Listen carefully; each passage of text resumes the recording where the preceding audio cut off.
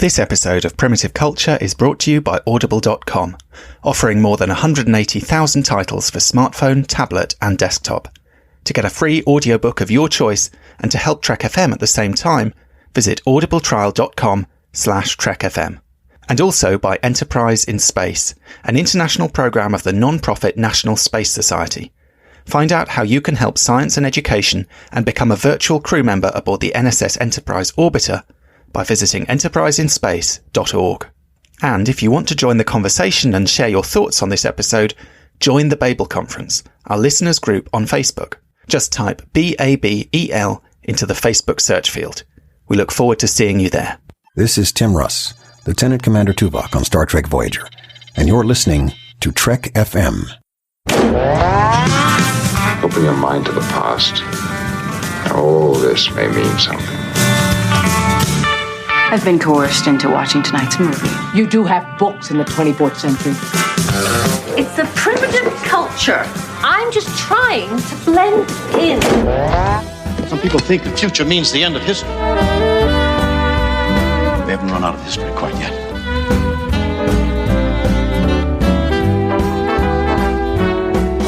Hello and welcome to Primitive Culture, a Trek FM podcast all about our history, our culture and how Star Trek relates to it. I'm Duncan Barrett, and today I'm joined by head honcho of the We Made This podcast network, Tony Black. Hi, Duncan. Would you almost give me the rank of captain, or would I be an admiral, or even a babmiral? You know, being that high up. I didn't dare ask. I was wondering. You know, do you see yourself as a president, as a CEO, as a first minister? I don't know. What kind of title do you bestow upon yourself for such an august role? I think those who are on We Made This might call me a authoritarian dictator. Gosh. No, I'm joking. Yeah, let's. I always quite like president. Really, that's quite good. I always feel like I'd President's be like. I'm swapping the sci-fi shows here, but I always think of like John Sheridan from Babylon 5 when I think of a president. That's like the ideal president. Okay. So yeah, that's who I can see that. I can see that. Much less handsome version. I thought you were going to go for President Bartlett from The West Wing, but yeah, John that's a good one. A good one too. Yeah. Anyway, we are delving once again into Sanctuary, Tony, your show, which ran for a little while, a couple of years ago, on the We Made This network. And in this episode, you're looking at, I'm not doing much looking at it, you're looking at this idea of leadership, presidents, prime ministers, the great leaders of our times and how they have influenced or been influenced by Star Trek, which I think is a really fascinating topic. I mean, you know, a lot of people said we wouldn't have, I mean, obviously we didn't quite get Hillary Clinton as president, but maybe if we had, Janeway would have had something to do with that. I know that, you know, Star Trek Voyager was viewed in the White House during the original Clinton presidency. You know, there is something to be said for this idea that TV can put things in people's minds to some extent to kind of lay the groundwork. And certainly it goes the other way. You know, the leaders, I mean, most obviously with Kirk and Kennedy. But I think it's fascinating the way in your discussion you kind of tease out for all the Star Trek captains what their kind of real world parallels might be. Yeah, and I suppose it goes to the question of which comes first, the chicken or the egg in this case. Is Star Trek in some way predicting what's to come, or in its own little way influencing what's to come?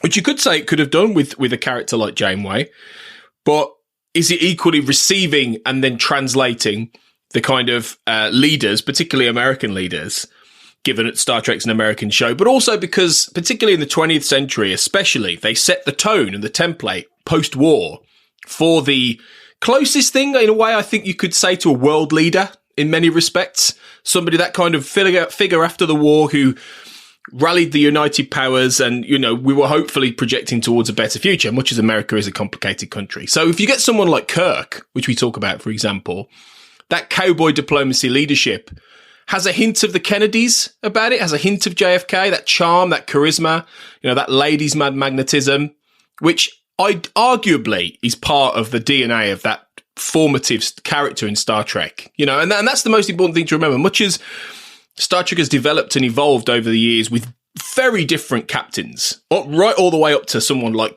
Christopher Pike right now that we're seeing, they all have some bearing on a connective to history, a connective to people who've come before.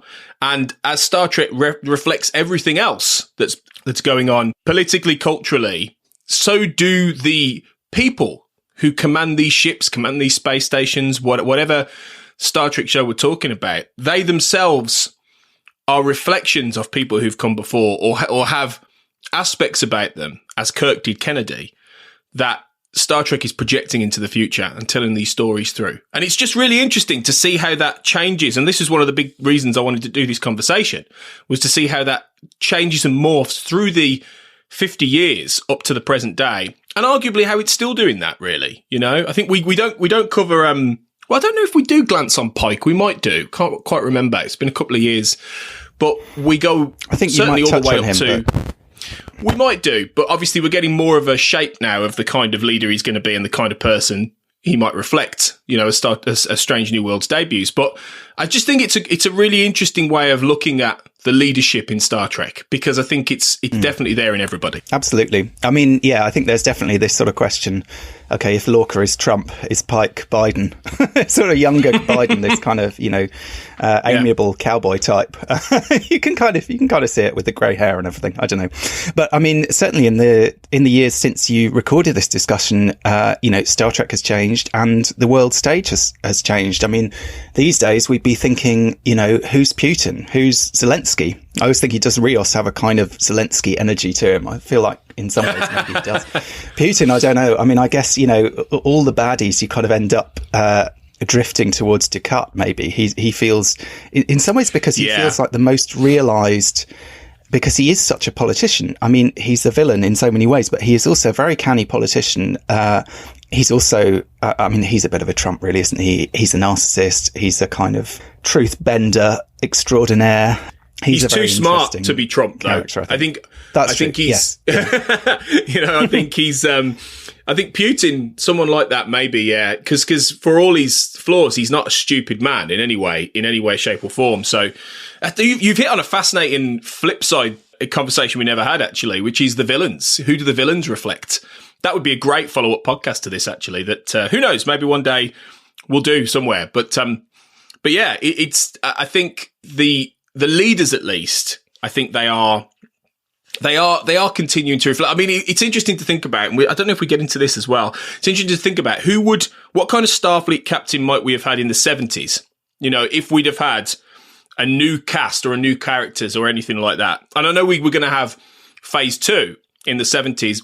If we'd have had the Phase 2 season in series in 76, 77, as was planned, would Kirk have been a bit of I mean, I suppose we do see this in the films, but would he have been maybe even a corrupted, tainted version of himself, you know, after the Nixon, you know, administration? It makes me wonder if they'd have gone down that road. We do see Kirk kind of go to the Nixon to some extent. I mean, I suppose, yeah, even in the motion picture, Kirk is not as charming and not as nice as he was, you know, of old. And I guess, you know, you have that parallel. Only Nixon could go to China by the time of Star Trek 6. So, you know, who knows? That's an interesting kind of thought experiment, which I suppose is what this whole, you know, topic is really. I mean, the other thing is obviously, so the real world's moved on, Star Trek's moved on. I mean, in Discovery, we've had a whole season with a president as a pretty significant recurring character. And interestingly, I think a lot of people assumed she was going to be a bit of a villain when she was first introduced. Yeah. But in fact, she was not at all. She was quite a sympathetic, quite relatable, decent character. But, you know, still a politician. You got the sense this was her job and she kind of knew what she was doing. And I think it's interesting because we've seen presidents before. I mean, obviously we had, you know, the president who wasn't above the law in Star Trek 6. We had the president who fell for the kind of military coup, basically, in Homefront and Paradise Lost. We've sort of had these glimpses of Federation presidents before, but we've never spent an extended period of time with them and kind of got to know them as a character. And I think that was an interesting choice on Discovery's part to actually bring that character forward and sort of investigate a little bit what that relationship between, you know, the military Starfleet and the kind of political leadership is, which is something that has never quite been resolved, I don't think, really, in a kind of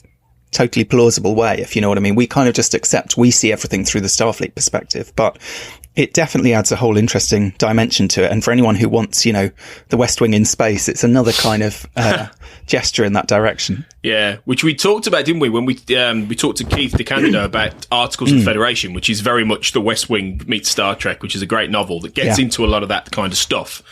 Maybe in the 90s, there was a difference, and maybe the later, maybe more the 90s here, where the reason we didn't see presidents and these bigger Federation leaders, although obviously we did see leaders of other, you know, races, people like Martok, you know, and all these kind of guys who were very high up the chain. But even then, in a lot of the Romulans, the Klingons, everything, we never really often saw the chancellors, or they were very sort of in the background kind of figures, or the praetor or whoever. And maybe it was the fact that after Reagan and Gorbachev and the end of the Cold War, the leaders, and I'm not saying that Clinton wasn't, you know, a big figure, because obviously he was, but it was a different kind of decade, maybe, in terms of the fact that since Star Trek has come back nowadays, and maybe since 9/11, because I suppose, you know, you think it started to change then. Maybe the role of politics and leadership in people's daily lives has become so much more powerful and so much more present. I mean, even when I was in my 20s, I could go quite a while without thinking about the Prime Minister of the UK or the President of the United States. You know, and yeah, maybe it's partly being older that you do think about these things more. But I don't know. I think maybe something's slightly changed in how most people engage with politics, whether they hate it or not. It's much more present these days. So perhaps the reason that Star Trek kind of kept a lot of the Federation presidents and a lot of these bigger world leader figures in the background was because they maybe were slightly more in the background in a more stable world, you know, a more stable, and for a time in the 90s, fairly unipolar world with the states and everything.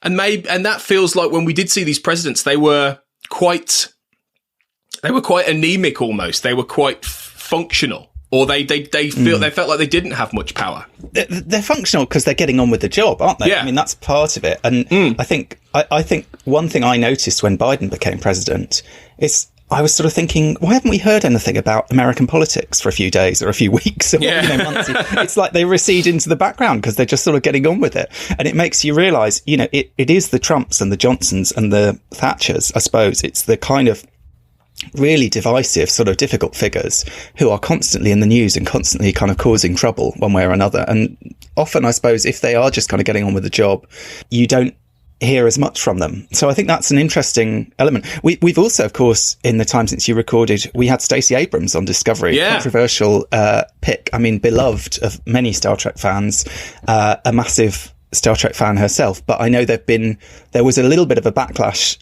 there from the fans who don't agree with her politics, or who, you know, coming from the other side of things. I mean, it should be said, Trek FM is a broad church. You know, we do have listeners who don't agree with probably your politics or my politics or your guest's politics. If you know, I mean, obviously this was a show that was put out originally on your network, Tony. There may be stuff that people don't agree with. The Babel Conference is the place, I think, for follow-up. You know, if people want to discuss some of these thoughts, some of, you know, the things we've said, some of the things you say in the show, let us know. It's, you know, it's a great forum for civil, you know, good-natured debate without hopefully turning into something kind of nasty. It's that's the debating floor of the Federation, you know, that we can discuss these things. I think it's an interesting discussion. It'd be a great one to hear from listeners on, because it opens up a lot of questions. Yeah, absolutely. And you're right to put that little disclaimer in, I guess, because there is, you know, there is a lot of, I mean, I just saw just the other day a post from, I think it was Fox News, talking about how Strange New Worlds has done what would never happened in previous Star Trek. It's gone woke. Fox News, like 55 years late. Yeah, their headline. So. Exactly. It made me chuckle a little bit. Yeah. But you know, there may be some people who feel that. In fact, I know there are some people who feel that, because I've been having discussions lately with people on boards on Facebook and things about Picard and such. So, you know, it is a broad church, and everyone who listens to this knows where our politics lies, I think. And I think it doesn't take away from how interesting the portrayal of leaders and captains particularly, and commanders on Star Trek is, because, and I think this will carry on. I think this will carry on in whatever shows we get subsequently. I think you'll be able to see it in some of the other shows that haven't been discussed in this way, in the same way, like Lower Decks or Prodigy, and I think it'll be really interesting to see how that tracks as well. And I think it, like you said, it opens up questions. It opens up possibilities, ideas, which is what Star Trek's all about. Whatever side of the political spectrum you fall, and fair enough if you if you disagree. Fair enough. You mentioned Picard. I mean, we recently just had the end of season 2 of Picard.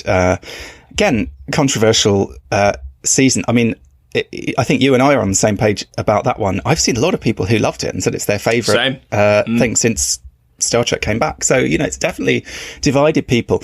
But it is interesting, this question of what happens to Picard as a character. And I think a lot of people had imagined him in this sort of ambassadorial role, in this kind of political, sort of going into politics somehow, this sort of elder statesman. And they didn't do that. Although when you were talking about Picard in the show, I was thinking, well, if there is a politician who he reminded me of in that first season, like start of the first season, it's the kind of Jeremy Corbyn, it's the kind of grumpy old man, basically, who knows he's been right for his entire life. But everyone just keeps giving him stick about it. So he's kind of retreated to his allotment or to his vineyard.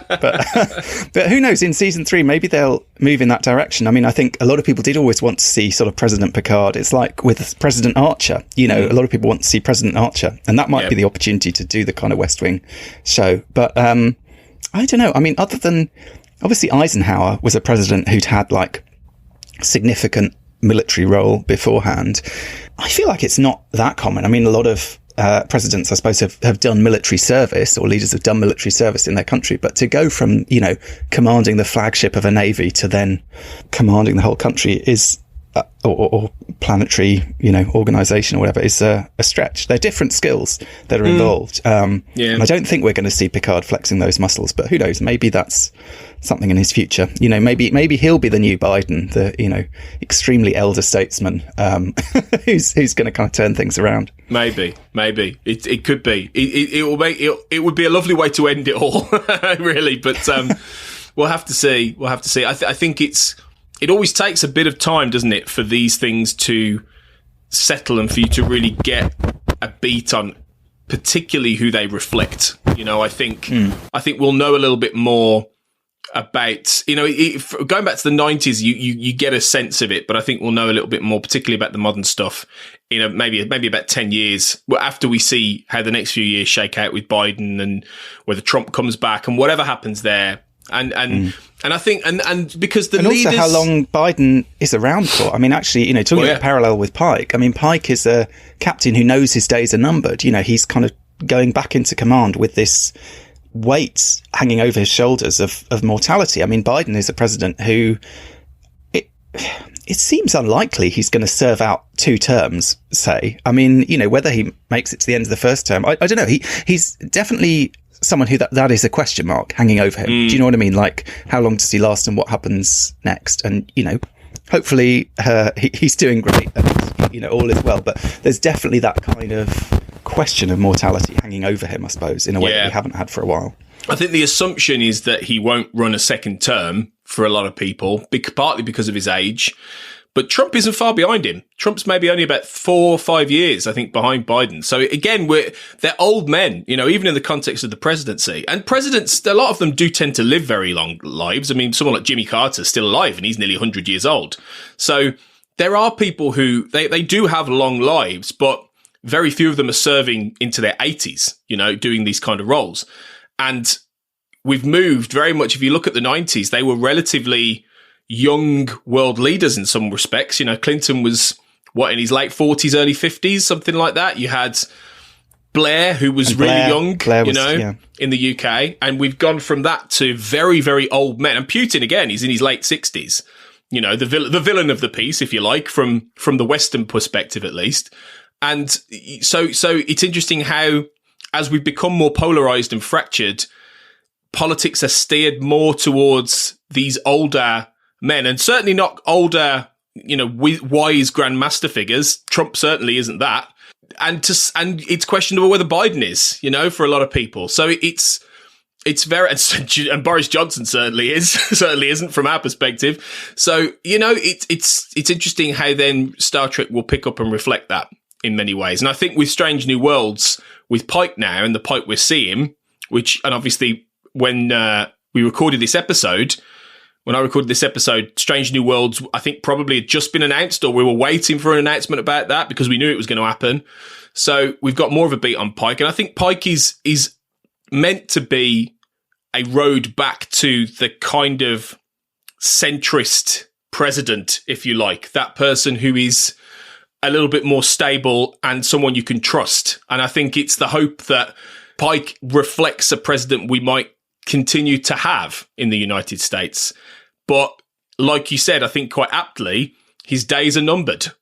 And I think that might yet quite turn out to be quite prophetic in the real world, Yeah. Well, we'll see. Who knows? I mean, this is an episode that will certainly age in interesting ways, I guess. It will. But it's a great topic and great to include in our feed on primitive culture. So hope you all enjoy it.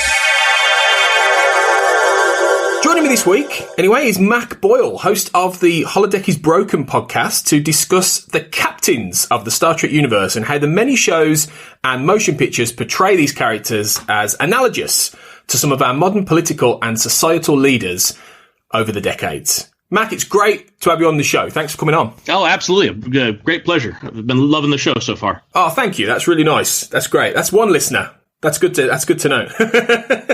One listener at a time. Yeah, exactly. So tell us about your podcast, The Holodeck is Broken, then, because this is an interesting project. And is it something that's been going for a while? Is it fairly new? Tell people about it. It's fairly new. It started after the first of the year. I have three co-hosts, my wife Laura and our friends Eris and Z, and we are rewatching all of Star Trek from the very beginning. And the hitch is that we have sharply differing levels of Trek experience. I have read books. I mean, I've read the Next Generation Technical Manual, and I have opinions on deep sub-canon type of stuff.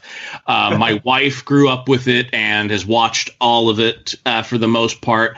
Eris has watched some of it, is really conversant in the lingo and all that sort of thing. But our friend Z has never watched a second of it as we began our rewatch. Right.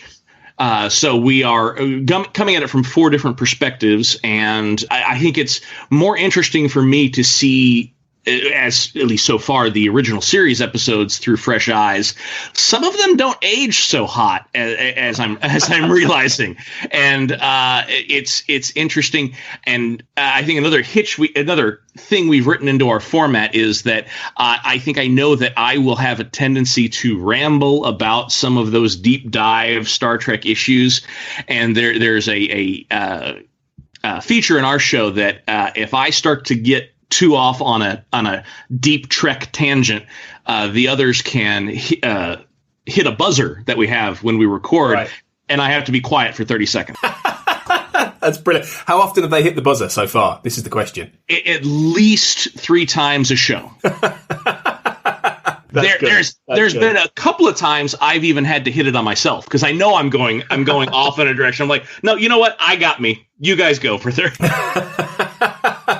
That's great. That's a good little addition. And you need to try and hit like a target. Like, see if you can get 5 in one episode, because that's really going to be. I think the goal they had for me was to get to a certain point where they didn't need it anymore. But I think that's a much more interesting goal to have. Yeah, you need to scale it up, not bring it down. Definitely. It sounds great. I mean, it's really nice as well that you get to do that with your wife. That's a really nice thing for podcasting. That's not something everyone gets to do. So that must be a nice thing. It is. Yeah. I mean, I've been on a couple podcasts and varying different formats, and it's nice that she and I can do that, because especially now, because with COVID, our shows have been a little bit derailed. Yeah. We haven't been able to do that same format for a while because we can't have people over to the house to record. So Laura and I have just been doing sort of one show about a particular iteration of Star Trek moving sort of backwards, the opposite direction through the space-time continuum, not unlike the anti-time anomaly in All Good Things, which is about the time where one of my friends would hit the buzzer. So this is why it's probably a good job we don't do that podcast together, because I don't think I would tell you to hit the buzzer. I think we'd both go down that rabbit hole, so it's quite good. Overwhelm them, yes, you're absolutely right. But yeah, brilliant. Okay, well, we'll shoot out some links for where people can find The Holodeck is Broken towards the end of the show and point people in the right direction. Absolutely. But it's really nice to get you on to talk about this topic, which was one that you suggested when we started talking about you coming on the Sanctuary. I've said to people, choose a topic. Let's see what comes up. And I suppose the question that we're going to pose today is there something to the idea that the leaders in Star Trek, the men and women sitting in the captains or the commanders' chairs or, space station offices, are either designed to or sort of by default represent our leaders in society beyond the series whenever they exist? So James T. Kirk was born in the Johnson administration of the mid-1960s, but his swaggering all-American masculine brio and certain liberal values track with the idealised image of the late John F. Kennedy. Jean-Luc Picard represents a stability within the late 1980s and early 1990s as perhaps befitting the so-called end of history, which we've talked about briefly on this podcast before. Benjamin Sisko prefigures the arrival of Barack Obama over a decade later as the first black president of the United States. But who exactly influenced whom in some senses? The list goes on, and there are some fascinating comparisons to be made across each of the series in the franchise between leaders fictional and real. So through Star Trek, are we able to map politically the eras and the characters of the Western world's often divisive and complex points of leadership? So, broadly, Mac, what do you think about that? We'll get into this in more detail, but do you think that is exactly what happens with Star Trek? Is it that pointed that a lot of the leaders in that show represent our leaders? I think, exactly. With the Kirk and Kennedy analogy, it's hard to not think about it when you're watching the original series. And I think it becomes a little scattered and a little haphazard as things go on. But there are certainly some corollaries that you can draw between how the various leads of the series reflected the world and certainly the figures that define the worlds of those particular eras. It's interesting, and I think there's some analogies that aren't necessarily what you would think of on face value, but if you dig a little deeper, you're thinking, that's interesting that it came about in this period of time, and it may have either influenced the world or was influenced by the world immediately preceding it. There's a lot of points to get into on that, and it's not an easy answer for a short answer. Yeah, absolutely. It is. Like I say, we'll get into it, but there are different shades to different characters for sure. Before we do get into it, though, Mac, I wanted to say, I kind of ask everyone who comes on the show, I want to get a little bit of an insight into your fandom. So tell us a little bit about Star Trek and your fandom. And how long have you been a fan? Have you been a fan all your life? Where did it all begin? I think I was first a fan at about 7 or 8 years old with a network broadcast of The Voyage Home. And and that brings you in, and after that, I don't remember much. It was such a steep, deep dive. Like by 6 months later, I had watched all of the movies and was living and breathing with the last few years of The Next Generation, and have not looked back since. There have been some times, I think late adolescence, I may have tried to be a little cooler than I was, but that didn't pay off so hot either. So it's like the church you have growing up. You can always go back home. They'll always let you back in. You and I all have similar stories there, I'd say. I would say it's around a similar time that I first got into it.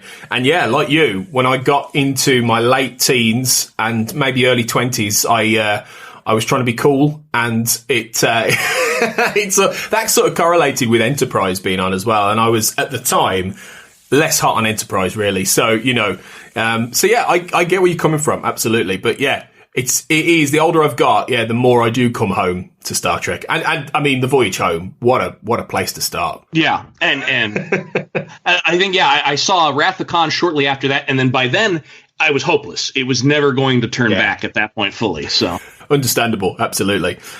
So what we're going to do for this podcast, we're going to sort of go chronologically. And we're going to move from the 60s through to the modern day and talk about the particular captains and where they might fit in this political paradigm that we've discussed. So we've talked briefly about it a minute ago, but let's talk first about Kirk as Kennedy and whether or not this parallel kind of fits. Because obviously, originally, as has been discussed in many places and over the years, Kirk was modelled particularly on Horatio Hornblower from the C.S. Forester novels. That was Roddenberry's principal inspiration for that character and for, in many senses, the show, as well as the obvious inspirations of the Western with Wagon Train and all these kind of things. But I think it certainly feels like Kirk has a particular Kennedy-ish aura about him. It's so interesting, and I'm suddenly blanking, and I'm going to have to turn in my nerd card. It's the Savage Curtain where Lincoln shows up, right? I think so. You will know more than me, I bet, because you're watching them as well. You're rewatching them. It's been a few years for me. I think you're right. Yeah. Yes, and Kirk talks about how Lincoln's my hero. I'm like, man, you were more into Kennedy than Lincoln, historically speaking.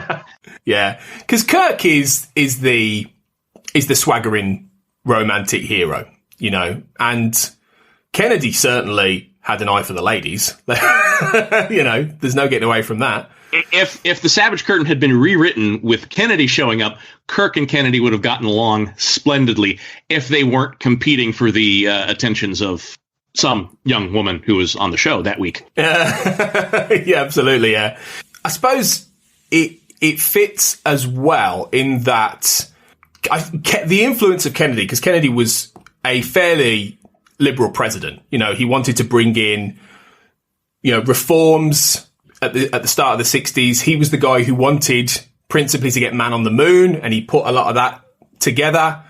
And obviously he was assassinated before the vision for America perhaps he wanted would have been able to see fruition. But equally, it conflicted with the start of the Vietnam War. So there were elements of conservatism with him as well. So he wasn't a completely clear package down the middle. But I suppose Kirk is an idealized version of that kind of leader, isn't he? He's that idealized romantic hero. Yes, and Kirk has some of that hawkish sensibility that Kennedy certainly had. I mean, he is certainly there to promote Federation values, and there was not. I mean, you could try to hang soft on communism on Kennedy simply because Nixon was the one that was on TV that night as well. But you look into the history of Kennedy, he is not the dove or the idealized liberal icon that perhaps his death made him out to be in our hopes of what he could have been. It's true. He perhaps represented an idea himself more than the reality, the complex reality of what he was dealing with at the time.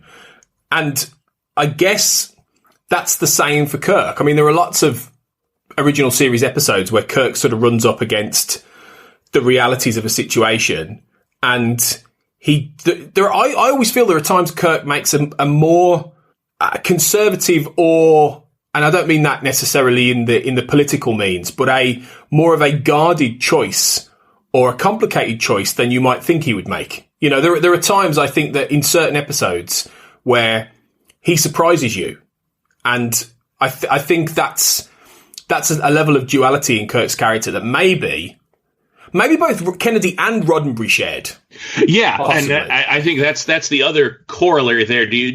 One wonders if Roddenberry saw himself as a Kennedy-esque or a man of Kennedy's time, and therefore Kirk is a reflection somewhat of Roddenberry, and therefore, a couple of layers of copies, and it becomes a little more oblique in its depiction. Yeah, if Roddenberry could hang out with Kirk and Kennedy, they would all get along thoroughly as well. Yeah, because Roddenberry himself was a little Kennedy-ish in his eye for the ladies, and his his own politics, which seems to have that duality in there as well. I suppose as well, they are both Kennedy and Roddenberry were both war heroes within their own certain paradigms, weren't they? They both they both served in World War II. They both had experiences there, and I guess particularly Roddenberry had more of a traumatic experience, didn't he, in his World War II service? Yeah, I've been doing a lot more reading on Roddenberry's life lately, and I was struck by his most harrowing experience during World War II was a bomber mission that went south near Espiritu Santo Island, and 2 of men under his command died. And it's interesting, as is emblematic with a lot of stories from Roddenberry's biography, there are a lot of conflicting memories and reports of what happened. Many of the men who served with him decades later thought Roddenberry was at fault for the incident, but the record showed that his military commanders exonerated him of any blame in the incident. But it happened almost exactly at the same time that John F. Kennedy was in command of the PT-109. So you would think Roddenberry, being a man of that era, would say, oh, Kennedy has this sort of, brave and impressive World War II service. So do I. Maybe I'm like Kennedy, and maybe this guy I'm going to put on this spaceship should be like Kennedy too. But that might be a little bit of psychoanalysis of Roddenberry, and that would be a whole podcast in and of itself. Yeah, there's a lot out there about Roddenberry's mindset with this, and how maybe World War II. I mean, I don't know about you, and you're watching the original series again, Mac, or you have been. The World War II is all over the original series. It's all over it. They you could say the same about a lot of 90s Star Trek as well, but particularly TOS. It is so obsessed with the Second World War and trying to make sense of the Second World War. And there are episodes. I mean, Court Martial, for example, is a good one that is all about. That feels like Roddenberry sort of porting his own experience with that bombing mission into a story for Kirk. And it really does feel like he's using Star Trek to sort of play on his own history.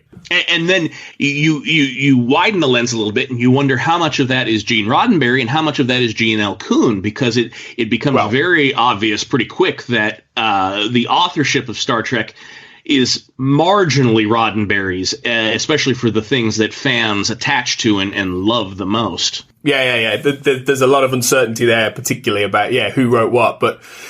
Yeah, so I suppose, you can see a parallel between Roddenberry, Kirk, and Kennedy as those kind of, in their own minds, sort of idealised, fairly liberal war heroes or heroes who aren't quite necessarily as liberal as they want to make you believe, or when you look deeper, there is more going on. But I definitely think Kirk is a sort of a little bit of wish fulfillment about an era that maybe America in the 60s didn't quite get to have from their leader. So why don't we talk a little bit about the 80s and 90s then, because there's quite a few captains here to sort of pick through. I don't know if Jean-Luc Picard really stands out as someone who is particularly analogous to a president at the time. I definitely think that, or any kind of leader, I definitely think that the next generation exists in the Reaganite, Thatcherite, neoliberal era. Don't get me wrong. I definitely think there are things in the next generation that are exploring that sort of neoconservatism that came in during that time. But I don't see Picard as a particular. It's less easy to place Picard as a Reagan as it is Kirk as a Kennedy. Absolutely. You couldn't think of two. Yeah, Picard is by no means a Reagan reflection. It's sort of laughable to try to compare the two. But it's interesting, in the 80s with the sort of Wall Street greed is good sort of era. And this is not to say that Picard has a greed mentality, but he has an aura about him that is almost a perfected 80s CEO as opposed to a president. He leads by consensus, which, if you read any kind of management book, he's that has a certain fuel to that kind of thinking. And he even wrote, and I say wrote in quotes, a leadership book. There is Make It So, Leadership Lessons from Jean-Luc Picard, an actual leadership book written by people who write leadership books his voice. And it's just those same kind of lessons using examples from the next generation. So he even wrote one of those books. And of course, to perfectly reflect the 80s, he's never more than 3 feet away from his therapist. So that's an interesting thing to note. Yeah, that's true. That's very true. That's a really interesting take, though, on Picard, actually. I don't think I've heard that before. I mean, I've definitely heard the idea that he's very much maybe analogous to a system of order, a system of late 80s, early 90s, political order at the end of the Cold War, when he represents a stability. The next generation represents a certain stability. And this is something I think we will get into in a future podcast, the sort of the place of what is known as Picard's galaxy, this very sort of post-Cold War ordered 90s fixture before that starts to steadily change before 9/11. But the idea of him as this sort of fixed CEO, that's a really interesting way. Because like you say, there isn't any greed involved. I mean, there are particular points where, in the neutral zone, for example, Picard makes the point that, money is gone and we don't go by those systems. So it's not a comparison about money, as you say. It's a comparison, I guess, about the idea that he is trying to be less of the, Kirk was famously always described as a bit of a cowboy diplomat. That's not Picard. Picard is like you say, he leads by a level of consensus. He is far more the diplomatic. He's more like an ambassador, that go traveling in his, space cruiser, bringing diplomacy to the universe. Yeah, no, absolutely. Yeah. It's a tenuous tie to put him in the world of the 80s as we lived through it. But there are some corollaries there to definitely look at as you watch those episodes. Yeah, for sure. Absolutely. Sisko then, obviously Deep Space Nine's first commander, then captain. I mentioned at the top of the episode that there is the obvious immediate sort of not comparison, but point of Sisko and Obama. But I suppose that it's obvious, and it's also retrospective, because at the time Obama wasn't president. He was around. He was involved in politics. I imagine. I don't know for sure, but I imagine he was in the 90s. But he wasn't. Nobody expected that to happen in 10 years. So Sisko is not a direct comparison point to Obama. Obama really became on the national stage when he was running for the U.S. Senate in 2004. And by that point, DS9 had been off the air for 5 years. So, they're not contemporaries, culturally speaking. And there was some coverage as Barack Obama was first running for president in 2008 in some Trek circles, like, trying to draw some comparison between him and Sisko. But as far as temperament is concerned, there couldn't be, again, two more different people. Really, when you think about it, Obama has a Picard-like level of cool reserve to him. It's interesting.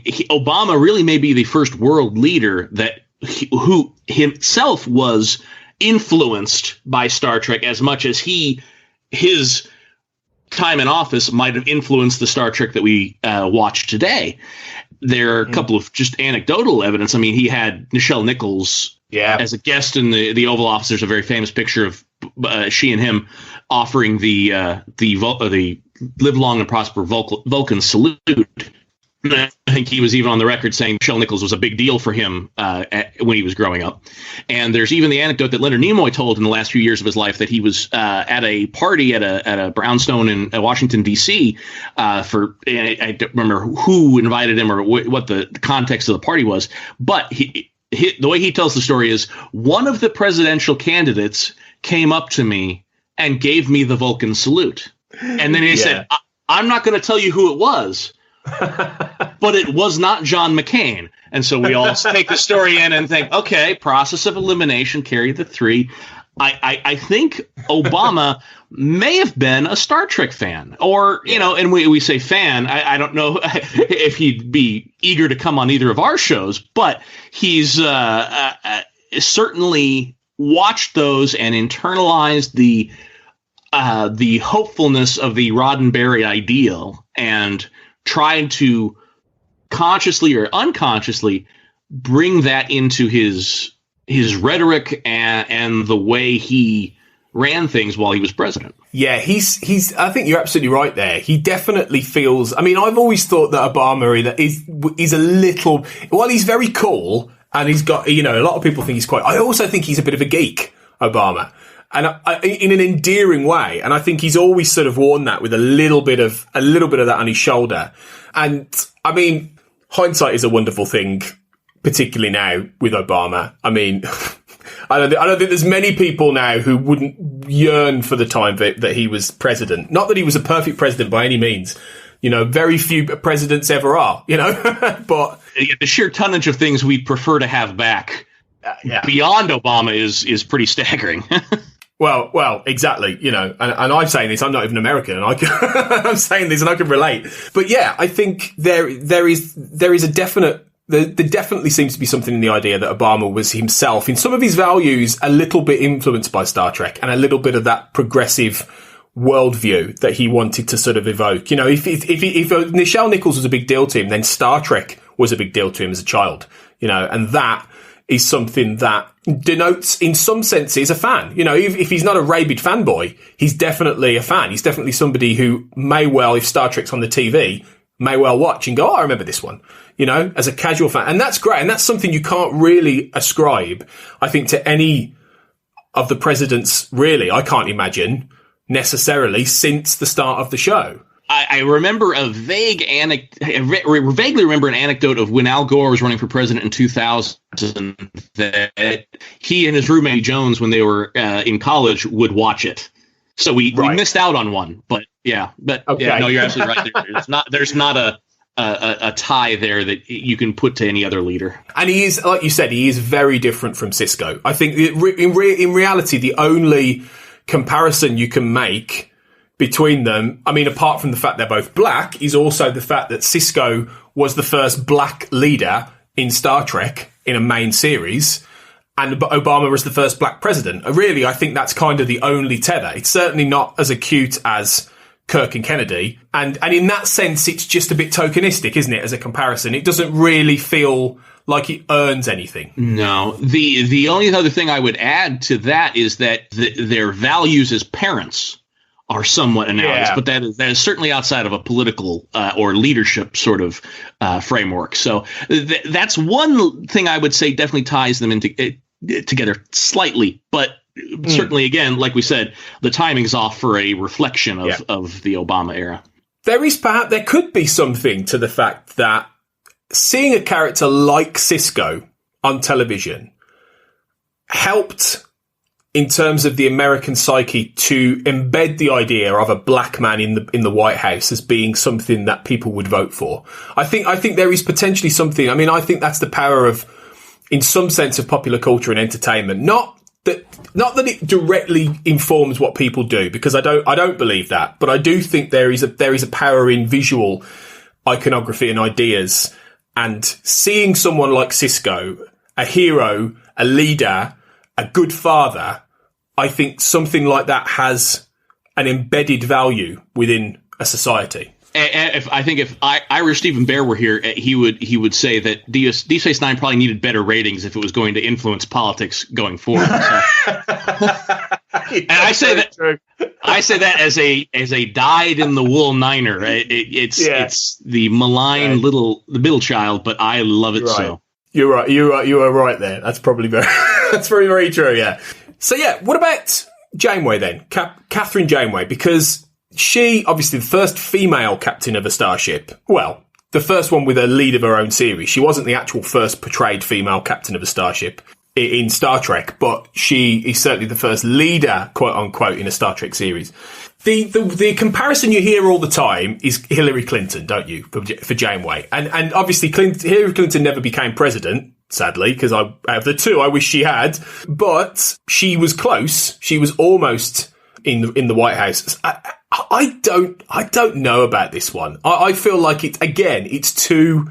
I mean, yeah, it is. And yes, okay, there is an overlap in the sense that Hillary Clinton was First Lady for a chunk of Voyager's time. In fact, for most of the time Voyager was on air, Clinton was in the White House.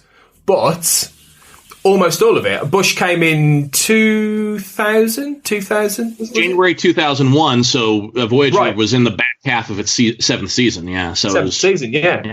So it was a Clinton-era show, but I just don't see it. I think it's too tokenistic. It doesn't quite fit as a line between the two. Especially when certainly American politics are so thoroughly sexist and were stealthily so in the 90s that there was almost a cordoned off wall between cultural depictions of women leaders and the politics of the time and going into now. It's interesting. I recently watched a good chunk of Voyager while my wife was rewatching it, and the thing that struck me, and obviously you're from the UK, so I'm viewing this as an outsider with very surface sort of knowledge, but Janeway's sort of reflexive need to, and at times sort of inexplicable need to resort to military solutions, brings to mind Margaret Thatcher.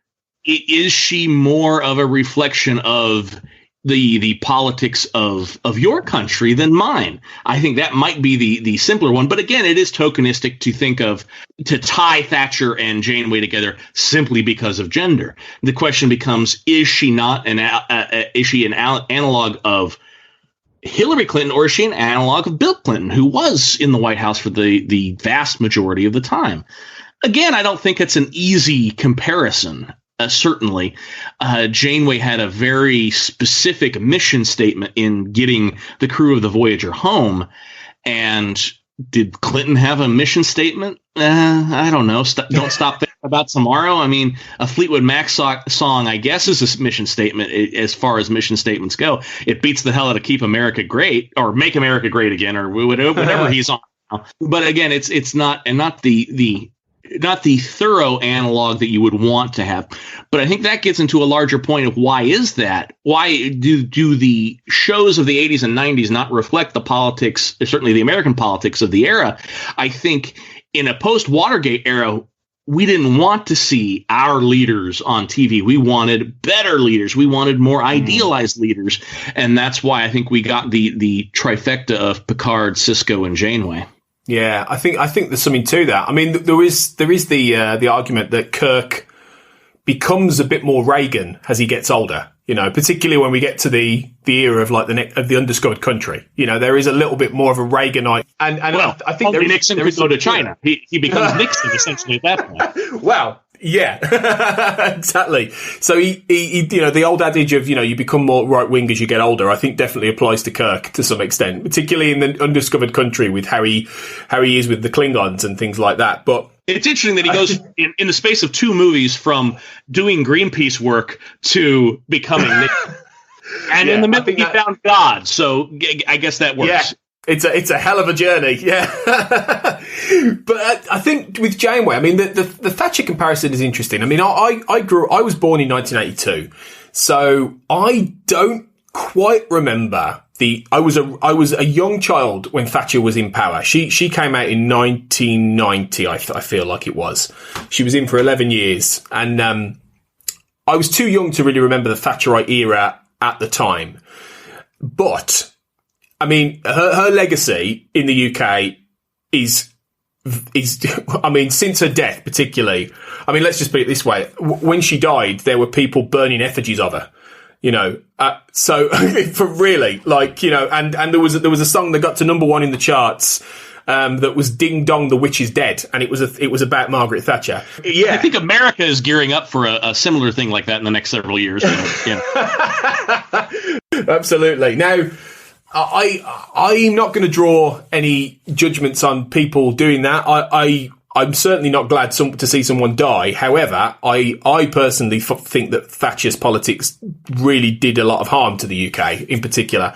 So I think from a political point of view, I don't think she completely tracks with Janeway. I think that you've got a point about the intervention side of it. You've got a point about the strength. I mean, you know, she was a strong female I don't know if role model is quite the right word, because she wasn't very matriarchal. And this is the difference. Janeway is a mother, ultimately, to her crew. She puts her crew first. She wants the best for her crew. Whereas, you know, Thatcher wasn't really a mother to the people. Thatcher was a mother to the money men, you know, and she put the economy first and helped breed, in my opinion, much more of a divide between rich and poor. So I think there's a big difference in that sense. But I think in terms of strong female strong female icons, leaders, I think, and with a reservoir of steel to some extent, I think there is some level of comparison. But that's about it, really. That reservoir of steel is a great term. I think that's where you could tie them together. But beyond that, it's hard to make the tie. And it's also hard to make the tie between Janeway and either of the Clintons. Yeah, because I mean, Bill Clinton, I suppose the point you made about how there isn't a direct comparison in this era is because this era wasn't quite as tumultuous. You know, this era did have points of conflict. It had, you know, Gulf War. It had, you know, the Balkan Wars. It had certain things. It wasn't completely stable. The 90s maybe wasn't quite as stable as we remember it from our perspective, but there was a feeling of post-Cold War calm and progression that Clinton sort of, you know, ruled over. However, I think the fact that Clinton's tenure was marked by controversy, by scandal, you know, by impeachment, you know, at one point, I think maybe his lack of moral character is something that you don't see in Janeway. I think Janeway has a strong moral character and an idealized, you know, female strength, you know, that you never question. You know, you trust Janeway completely. And I think that's where there's a difference as well. Sure. I think we as the viewer may trust Janeway, but gosh, that crew like to disobey her orders. So, you know, that is true, actually. But yeah, it's interesting how, the parallels for those characters don't quite connect in the same way. It definitely is. Let's talk a little bit about the century to come then, the 21st century. So obviously now, once those characters are gone, we go back to the prequel era where we've got Jonathan Archer and the Enterprise. And, you know, in terms of tragic timing, I mean, Enterprise debuts weeks, I think, after 9/11 happens in 2001. And it's a series that I think suffered for the fact it exists completely in the shadow of that trauma. And the sort of inbuilt optimism that they wanted to recreate, similar to the Next Generation and that era in Enterprise, audiences just couldn't connect to that after such a shock. So, I mean, you know, we're now in the era of Bush, a hawkish era of military intervention, of you know, quote unquote, strongman politics, shock and awe. Yet Archer starts off as a very mild-mannered, moral, strong kind of character in the vein of previous Star Trek eras. With a pinch of Dr. Sam Beckett from Quantum Leap in there, the sort of for sure shucks wholesomeness that only Scott Bakula can bring to a show.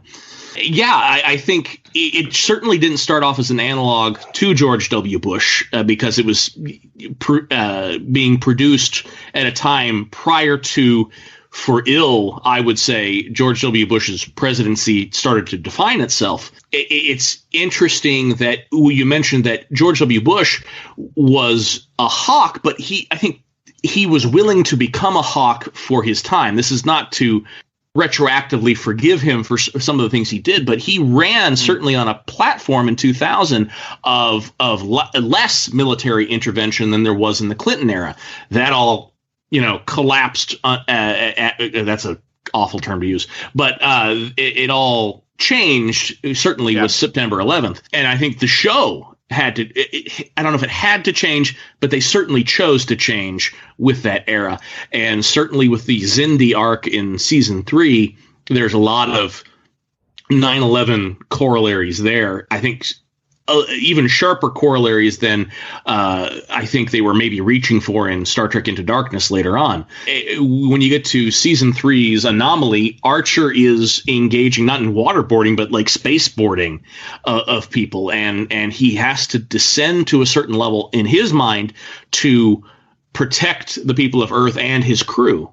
It's interesting. In the postscript of that, once he gets to season 4, he struggles with his role in that to a certain degree, certainly has some introspection about it, where I don't think George W. Bush for a moment did. And that brings to mind another leader from the UK. Does that make him a little bit like Tony Blair?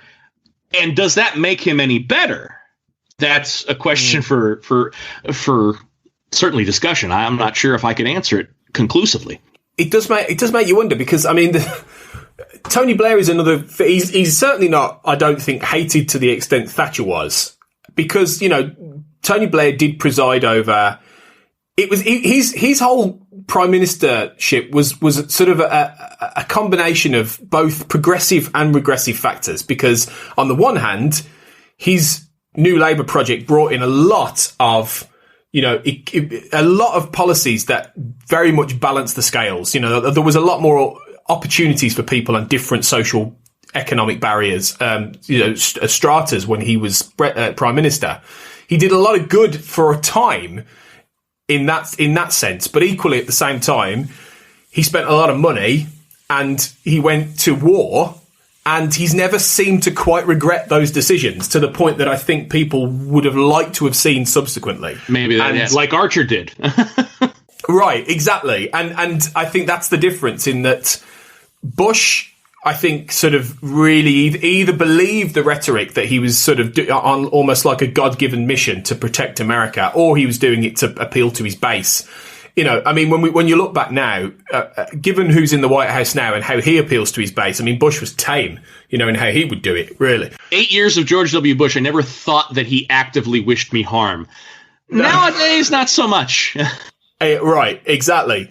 So, I mean, it was a different kind of, you know, at the time everyone was like, oh, Bush this, Bush that. But, you know, history has not necessarily favoured him, but it certainly placed him on a different level to where we are now. But I think ultimately we're dealing with leaders who took decisions that were against both international sort of advice in terms of countries, in terms of bodies such as United Nations, etc., and were against a lot of people's wishes domestically. You know, there were huge protests, certainly in the UK, about the Iraq War and involvement in the Iraq War, for better or ill, you know, the second Iraq War, for better or ill, you know. I mean, there are still, the debate rages even today. Did they do the right thing? Should they have gone in, etc., etc.?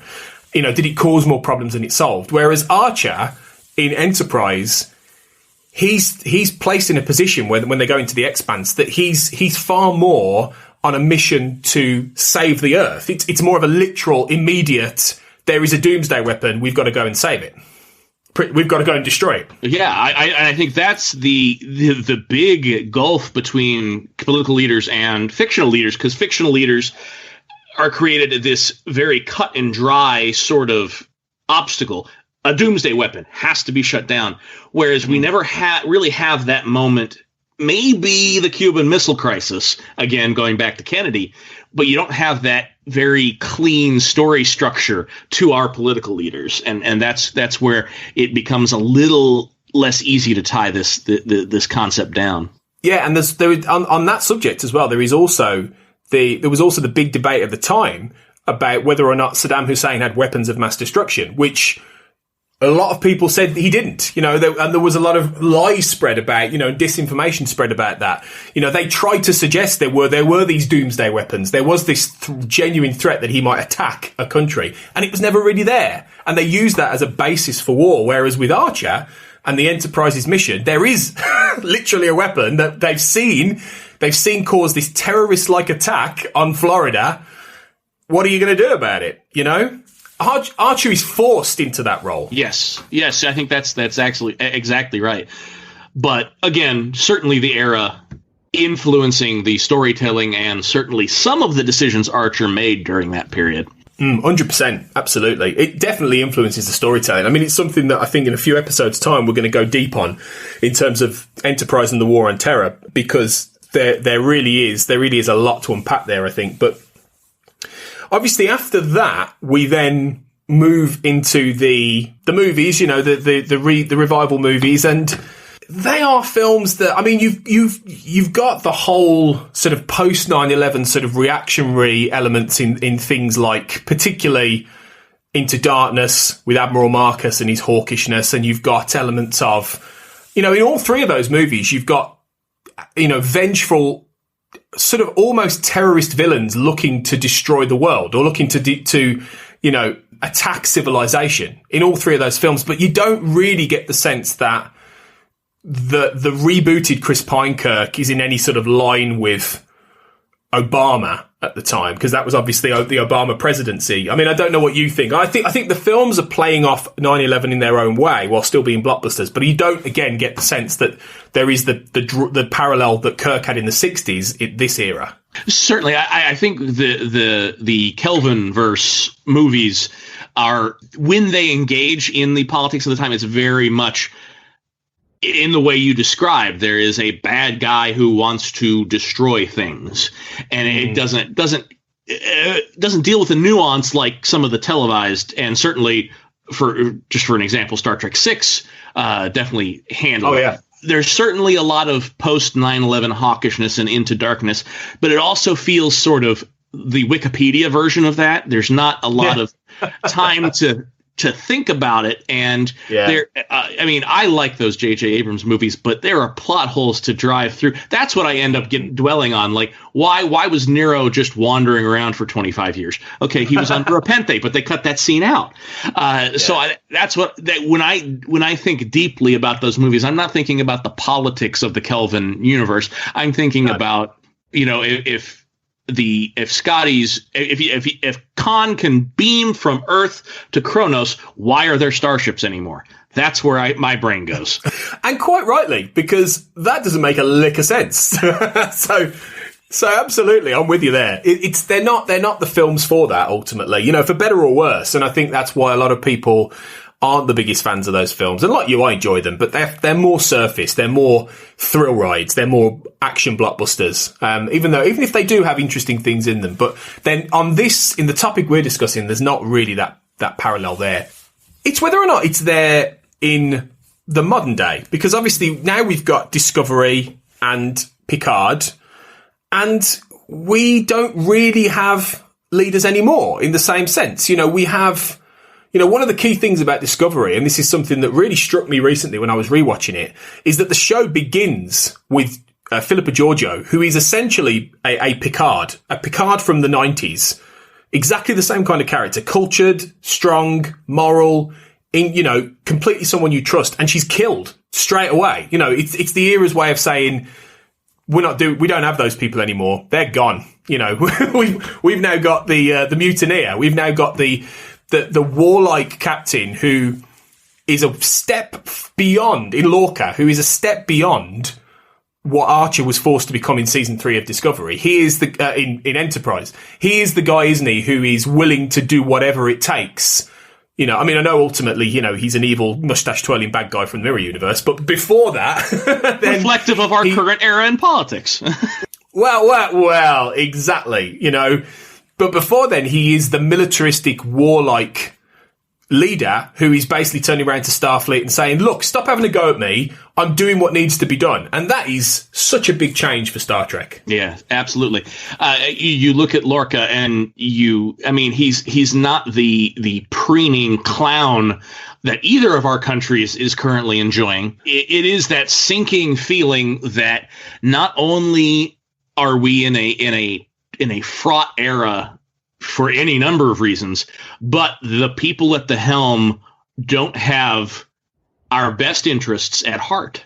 Beyond just that Thatcher or that George W. Bush model, where they have priorities that feel wrong, but they actively dislike anyone who might get in their way. And not even dislike, but actively wish to take down anyone who gets in their way. It's a sad reflection. I like Discovery. I think once they shake Lorca off, the regaining of that optimism is a pretty potent fable of what we could do as a planet if we can just chill out for 6 months. Not looking good on that front, but it'd be nice if we could. Yeah, the captain turns out to be from the Mirror Universe is a pretty good headline for the last 5 years of American politics, I would say. But then again, Lorca was even trying to hide it. He had to, try to play the civilized man to take the line from Mirror Mirror. It was far easier for a barbarian to act like far easier for a civilized man to act like a barbarian than it is for a barbarian to act like a civilized man. Mm. And Lorca actually does pretty well. He keeps the charade up longer than you would think a Mirror Universe person could.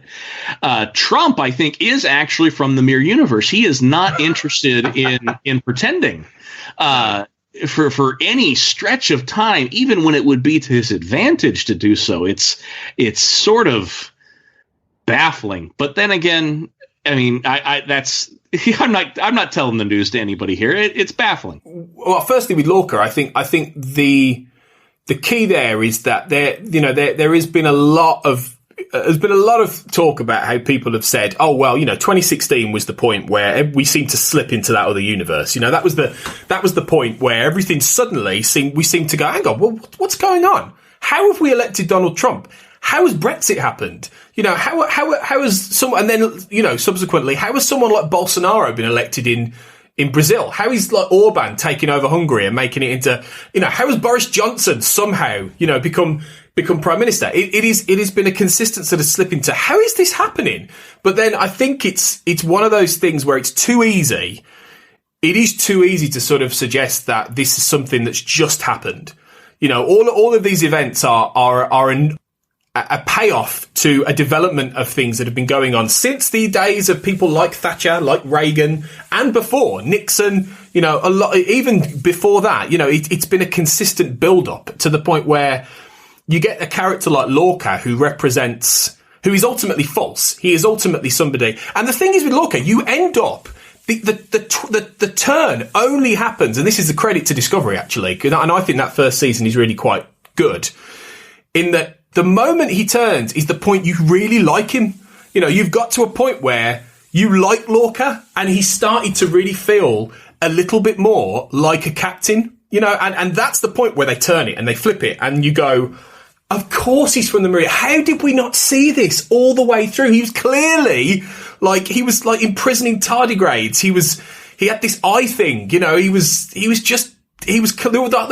one episode that ends with him literally staring into a mirror, into the glass. It was all there. It was all there for us to see. And I think it's that perhaps is another, is kind of what you're saying. These leaders, what they're hiding from us and their true selves is clear as day. We can see it, but yet at the same time, so many people seem to be duped. So many people seem to have been Lorca'd. And they're seeing something. They're seeing the projection that these leaders want to give, and maybe that's what Lorca, in his own way, kind of is. Well, and you look at a captain on Star Trek, and you want to have faith in them, like the others. Yeah, it never occurs to you to distrust the captain, and I think there's a lot of more perhaps traditionally minded people who gave Trump, certainly on our side of the pond, a wide berth, a degree of benefit of the doubt, simply because he is our president and we should respect him, which is not something we should have done in this case. We should have shut that down real early. We didn't. We messed up. I don't think anybody quite grasped just what he would be, though. I think even when he was first elected, and everyone, certainly when I woke up to that news, I was like, oh my God, really? But I don't think anyone quite anticipated where he would be today. And I think that's maybe one of the reasons why. I mean, we'll come back to Discovery in a minute because we'll talk about Pike and what he represents. But maybe that's one of the reasons why Picard isn't leader, doesn't have a leader. I mean, the thing with Picard is that he is he is a representative of an older age. You know, he represents that point of stability, that age where you did have faith in a leader. And he's somebody who's fallen. He's somebody who has lost faith in himself. He's lost faith in the world around him. And he represents an era of stability, of peace, of a point where everyone thought, you know, one of the things that I've said before on Make It So on our network is, you know, everyone thought the 24th century had cracked it. Everyone thought by the end of the 24th, yeah, we'd had the Dominion War and everything like that. But nobody thought when they got to the turn of the 25th century that the Federation would become isolationist, that the Mars attack would have happened, that, you know, the Romulan Empire would crumble. Suddenly all these massive seismic shifts, which we've kind of experienced in our own world, you know, in the last few years, suddenly upended the entire Star Trek universe. And Picard was just left reeling as a man. He's like, how did this happen? Like, I'm not even in Starfleet anymore. I'm living on my farm. And that's what I think is interesting about Picard, in that I did think, Mac, when they first announced Picard, somebody said to me, what do you think the story's going to be? And I said, well, maybe Picard will be Federation President. Maybe he'll be like somebody who is like trying to be a good president in this world. But I think what they ended up doing makes a lot more sense. And I was talking with a good Star Trek fan friend of mine, and they said they hadn't watched Picard yet because they just couldn't handle a darker Federation. And I was like, no, the part of the joy of the show, and it hasn't really reached its full picture yet, but Picard is this man alone trying to bring that back. And it's interesting. It stems from that sort of Lorca model of the captain isn't where we should be putting our faith anymore. And in this case, the captain has stepped aside. He is trying to uphold those values of the Federation, but he's had to go underground to do it. I mean, you look at the post-presidency of Barack Obama, there's almost a certain corollary there in that he's having to do it. He's having to still be that symbol of hope, but it is not in the traditional power structure of the United States government or Starfleet. We don't have functional leaders in any stretch of the imagination. So now Star Trek has mustache twirling villains in the chair, and our best captain potentially has had to go underground. And that is a depressing thought, but hopefully we'll round the corner in some degree here, and maybe the Federation in Picard will rebound a little bit. But then you see the trailers for Discovery Season 3, and you're thinking Federation's going to have some rougher times ahead. And that's the thing. I think that one of the things, and this is what I do think, and don't get me wrong, Mac, I've had my issues with some of this new era, some of the storytelling, some of the writing, you know, etc. I have had my issues with it, but I think ultimately I'm starting to see a larger sort of thematic pattern of what they're doing, and I think it will be better appreciated in time, like a lot of Star Trek series are, for what they're actually trying to do, which is to make the point that this future isn't one we can take for granted anymore. You know, these leaders, these people who are supposed to lead us to this idealized utopian future. And I tell you what, I did have recently some debates on Reddit about this, in that there are a lot of people, which is probably something I shouldn't be doing, Matt, going on Reddit and having big debates, but I did, about lots of people piling on Picard saying, it's dark, I don't like it anymore. And I'm saying, look, you're missing the point.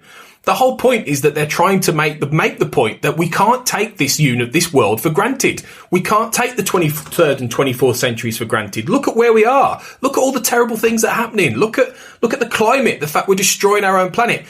You know, it took Star Trek had to have a World War III that killed billions before they got to the Vulcans, got to First Contact.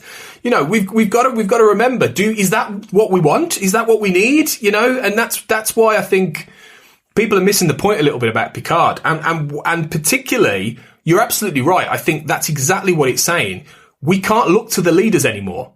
You know, they are not demonstrative of who we need to follow, who we need to believe in. We need to look at people who represent a moral standard, and whether that is people who used to be in power or whether that is people who aren't in power but represent an ideal. you know, and I think that's fascinating. And if Star Trek continues to do that, then I think that will be really, really interesting. Yeah, in the pure prophets in the Celestial Temple fashion, the shape is not complete yet. We in linear time, we have not seen what these stories are yet. We've seen the beginning. I think. I mean, you mentioned issues with the writing in some of these early seasons, but I would say stack Discovery's first 2 seasons and Picard's first season against the early seasons of Next Generation, Deep Space Nine, or Voyager. Yeah. Or even Enterprise, and I think they're batting pretty well. I think it's really great. Like, I think when they, as I think Jonathan Frakes even put it in an interview, once they finally grow their beard, they're going to be off and running. And he's right. He's right. I mean, I've got a lot of hope for Discovery season 3 in particular. I really do think it's going to be good. And you know, I think you're right. I think it'll be interesting as well to see what they do with Pike, because we obviously saw Captain Pike then became the nominal temporary captain for Discovery in season 2. And, you know, I won't lie, Mac, I didn't like a lot of season 2 of Discovery. I'll be honest. And it's something that I'm keen to revisit and look at again. But one of the consistent things I did like was Pike. I thought Anson Mount was great, and I thought the way they brought that character, even if I didn't necessarily like all of the plot developments they did with him, I really liked what they did with that character. But what interests me about Strange New Worlds, which is obviously going to be the Pike-led show, is how are they going to portray that character? Because you have, in theory, you have a Star Trek series that is intentionally being designed to react to the fan adoration of seeing the Enterprise, of seeing Spock and Number One, and we've been building to nostalgia all the way through this modern era. It's all been about nostalgia. It's all been about looking back to previous eras. This is the fulcrum of that. This is, let's basically make the original series again, to some extent, in the modern day. So are we going to see Pike, who, and this is the thing, Pike now knows what's going to happen to him, or he has an idea that he's going to suffer this awful fate at some point in the future. So are we going to see Pike be much more of an upbeat, optimistic model of the kind of leader that we wish we had and we want to get back to? Or is he going to be somebody who is traumatized by the knowledge that he's got this quite dark future, and he's having to balance that with being the captain, the Starfleet captain, the bastion of, you know, moral value and, you know, fortitude and all this? That's what fascinates me about Strange New Worlds. Or will they just ignore it? The thing about Discovery Season 3 is that it's going to unmoor itself from canon and is able to be its own thing. Whereas Strange New Worlds is going to be very hung with that same problem that some of Discovery Season 1 and Season 2 had, where they had well-established canon that they had to reconcile with, and Strange New Worlds is going to have to do that even more so. I think Pike is such a revered captain in the lore of Star Trek, you can't take him off the beaten path too much. So much so that in the 24th century, there's a Christopher Pike Medal of Valor. You can't darken him up for those remaining years that he's going to be at the helm of the Enterprise.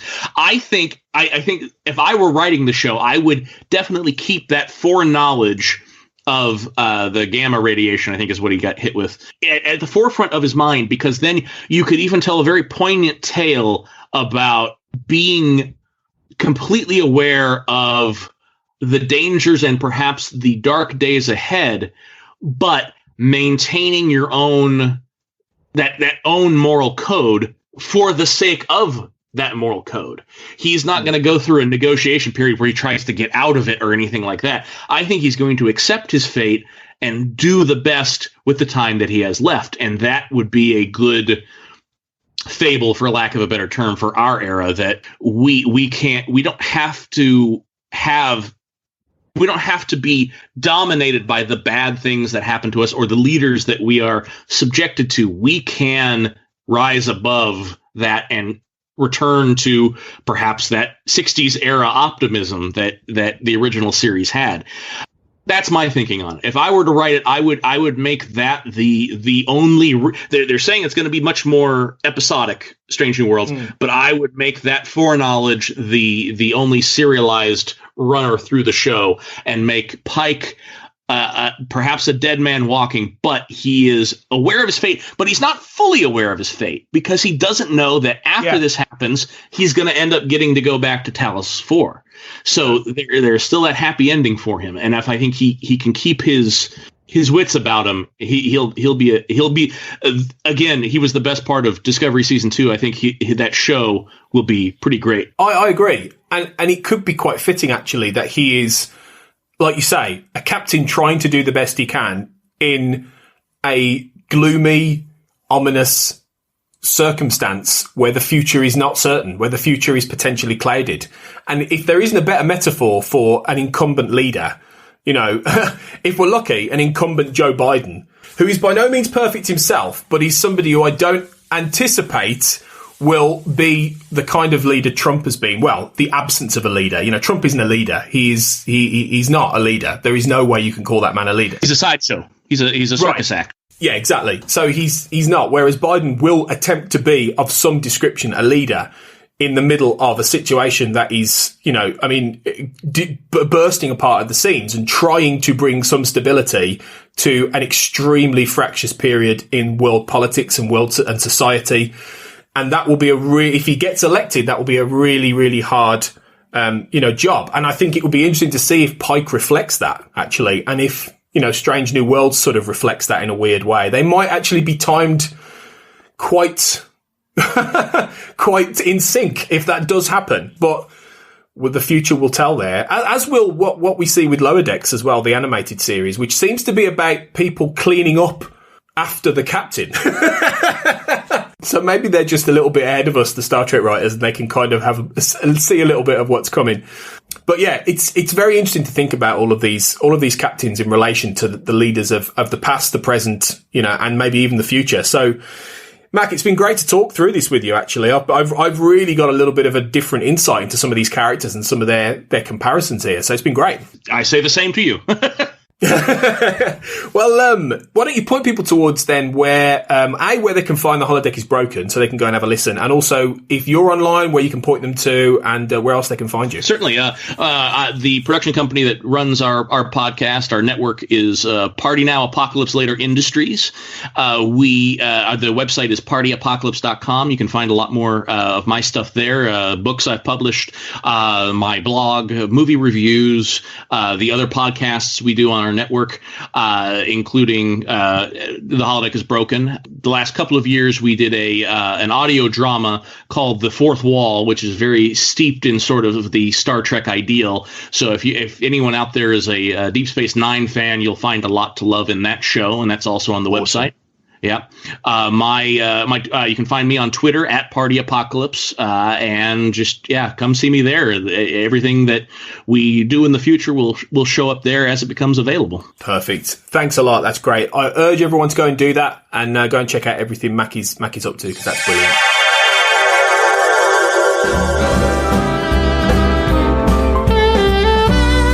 You're blended all right.